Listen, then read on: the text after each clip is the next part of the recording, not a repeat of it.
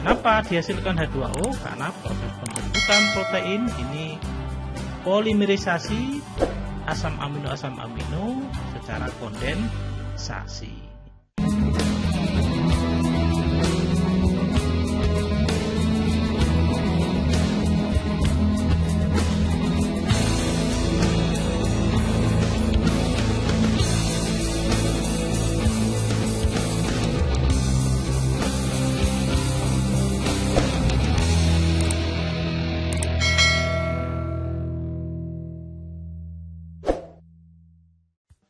Assalamualaikum warahmatullahi wabarakatuh.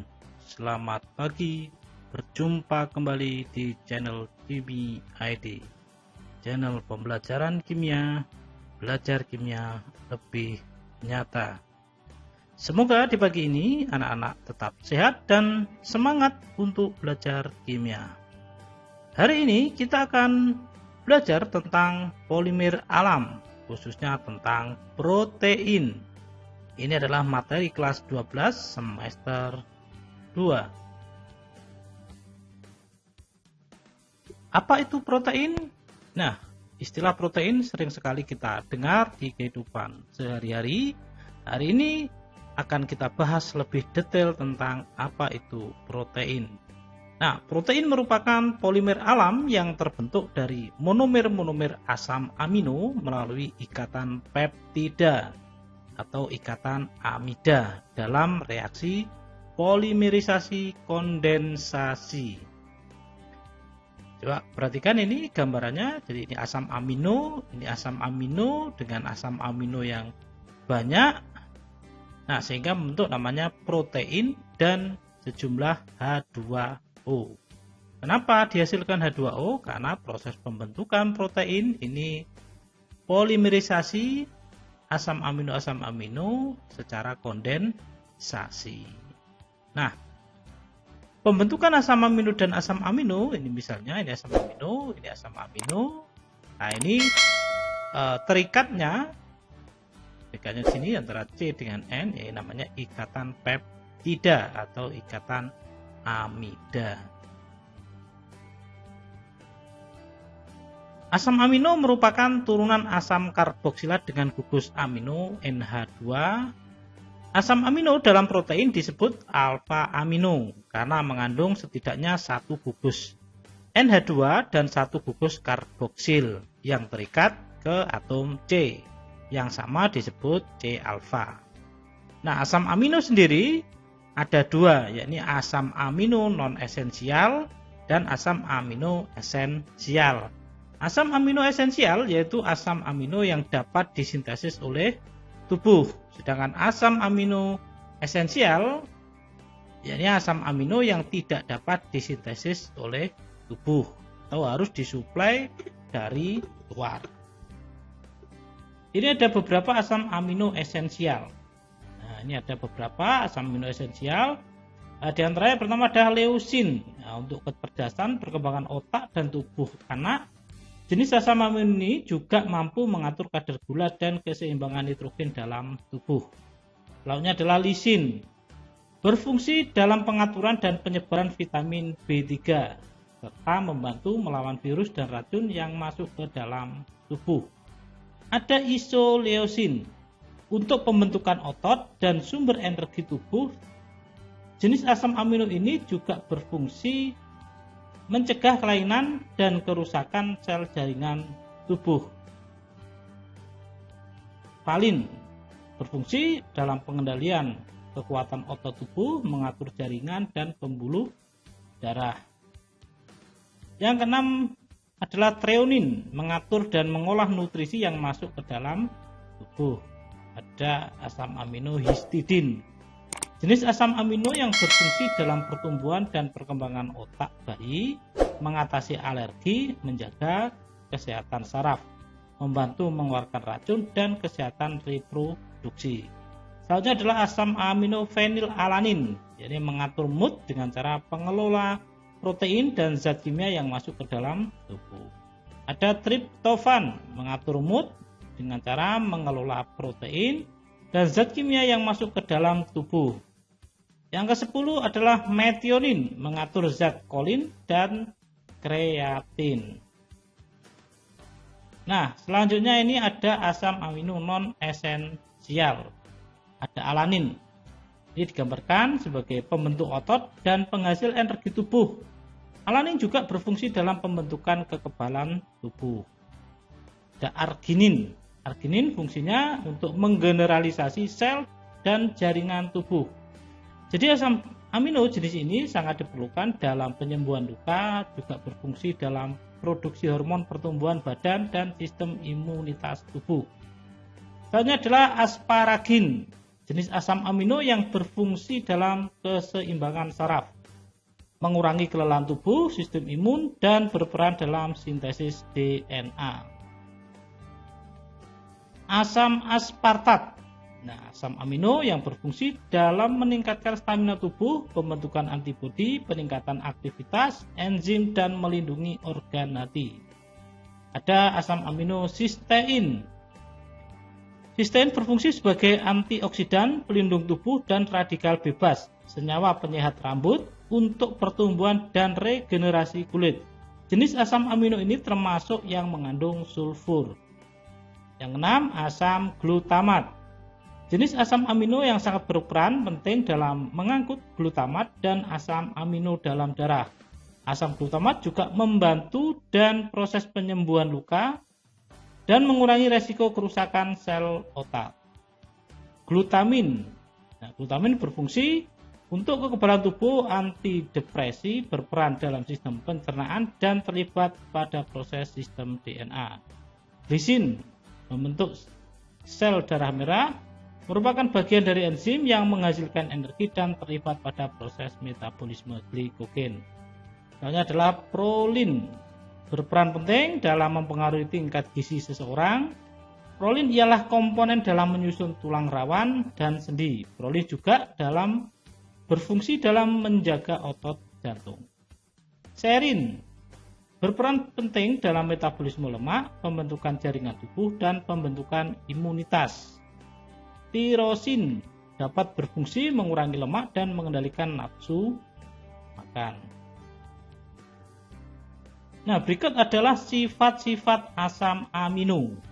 Nah, asam amino bersifat amfoter.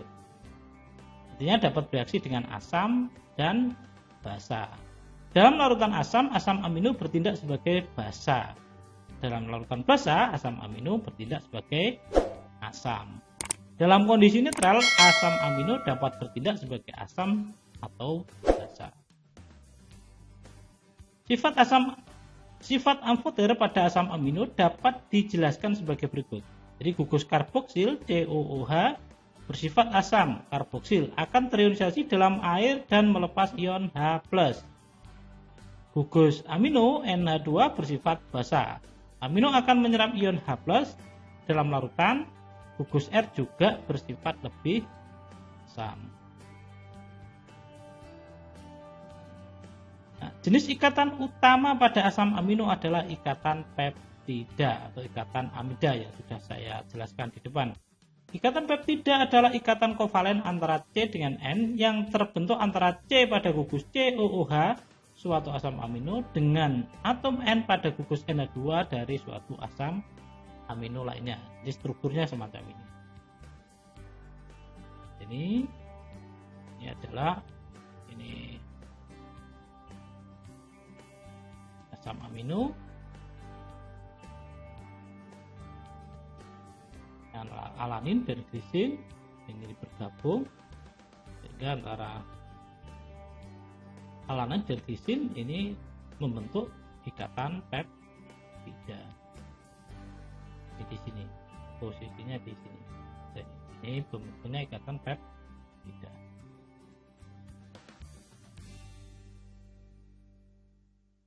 Dua asam amino bergabung membentuk senyawa dipeptida. Karena senyawa dipeptida memiliki gugus COOH dan NH2. Maka senyawa tersebut dapat mengikat asam amino lainnya membentuk tripeptida dan seterusnya. Jika semakin banyak asam amino yang bergabung, maka akan terbentuk polipeptida.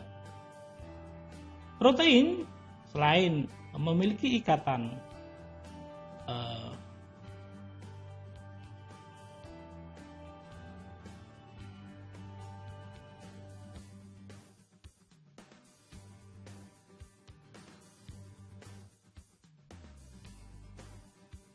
protein selain memiliki ikatan peptida atau amida, juga memiliki ikatan penting yang kedua yang disebut ikatan subsidiari.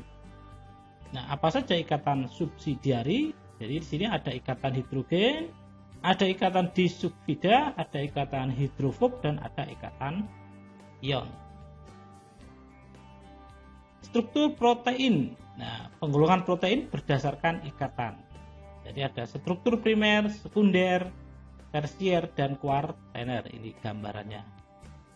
Struktur primer menggambarkan urutan asam amino yang membentuk polipeptida macam ini. Sedangkan struktur sekunder menggambarkan susunan 3 dimensi dari polisakarida. Struktur tersier menggambarkan lipatan 3 dimensi dari struktur sekunder. Sedangkan struktur kuartener menggambarkan susunan 3 dimensi lebih dari satu struktur tersier. Macam ini. Nah, protein sendiri dapat digolongkan yang pertama berdasarkan komposisi, ini berdasarkan bentuk, dan berdasarkan fungsi biologis. Hanya akan kita bahas satu persatu. Nah, berdasarkan komposisi kimia, protein ini ada dua macam, ada protein sederhana dan ada protein konjugasi. Protein sederhana hanya terdiri dari asam amino tanpa gugus kimia lainnya. Nah, contohnya ini enzim ribonuklease. Sedangkan protein konjugasi terdiri dari molekul protein yang terikat ke gugus kimia lainnya. Semacam ini golongan gugus protestik. Di contohnya ada lipoprotein, gugus protestik adalah lipid, lipoprotein darah. Contohnya glikoprotein, nah, gugus protestik yaitu ada karbohidrat, ada contohnya G-globulin darah. Ada fosfoprotein, gugus protestiknya adalah gugus fosfat, contohnya adalah kasein susu. Hemoprotein, gugus protestiknya heme, contohnya hemoglobin. Golongan metal protein, gugus protestiknya adalah besi, seng, tembaga, contohnya alkohol dehidrogenase. Nah, sekarang penggolongan protein berdasarkan bentuk. Yang pertama adalah bentuk serabut, yang kedua adalah bentuk globular.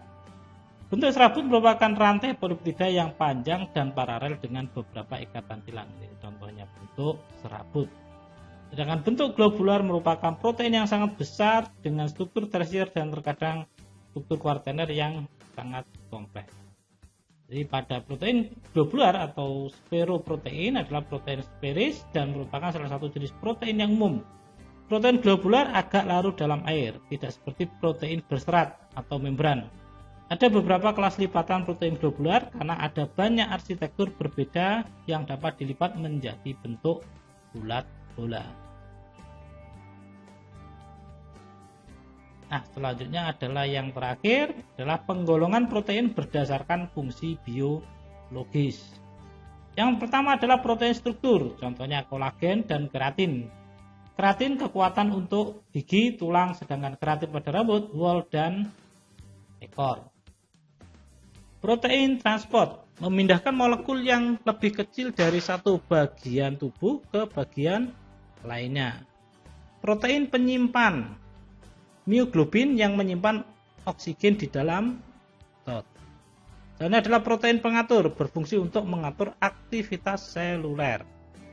Protein kontraktil memungkinkan perubahan bentuk atau pergerakan pada makhluk hidup, contohnya aktin dan miosin pada otot. Selanjutnya adalah enzim, berfungsi sebagai biokatalis untuk reaksi kimia.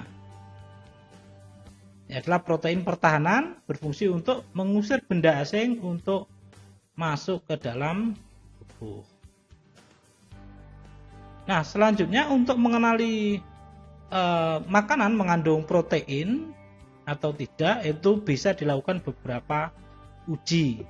Nah, secara teoritis ini nanti akan saya sampaikan di sini, Dan untuk praktek pengujiannya nanti ada di video selanjutnya, atau nanti akan saya tuliskan di deskripsi atau di kolom komentar paling atas. Nanti akan saya cantumkan link untuk pengujian protein untuk praktikumnya. Oke, kandungan protein di dalam bahan makanan bisa diuji melalui uji-uji berikut. Yang pertama ada uji Biuret, digunakan untuk mendeteksi keberadaan ikatan amida semacam ini. Biuret terdiri dari campuran CuSO4 dan NaOH.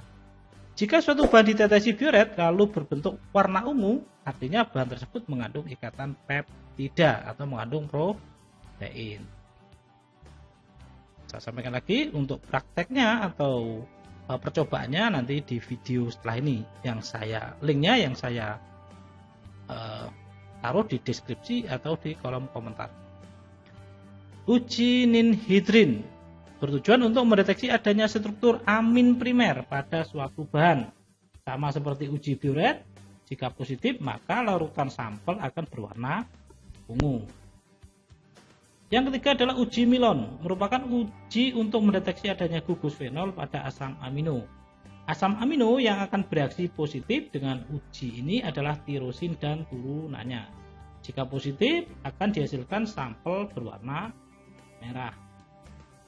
Yang keempat adalah uji asam santoproteat. Nah, uji ini bertujuan untuk mendeteksi adanya gugus aromatik seperti tirosin, triptofan. Jika positif memiliki gugus aromatik, sampel akan berwarna kuning. Yang kelima, uji Diazo-Pauli. Uji Diazo-Pauli bertujuan untuk mendeteksi adanya gugus triptofan dan histidin. Jika positif, sampel akan berwarna merah, diazon. Yang terakhir adalah uji PB sulfida. Uji ini digunakan untuk mendeteksi adanya sulfur di dalam asam amino. Contohnya asam amino, sistein, dan myotin. Jika positif, sampel akan membentuk endapan hitam PB sulfida. Tadi penjelasan tentang protein. Apabila ada hal-hal yang kurang jelas bisa dituliskan di kolom komentar. Sebelum saya akhiri, jangan lupa like, subscribe, dan tekan tombol lonceng agar tidak tertinggal video pembelajaran kimia terbaru dari channel Jimmy ID. Terima kasih. Assalamualaikum warahmatullahi wabarakatuh.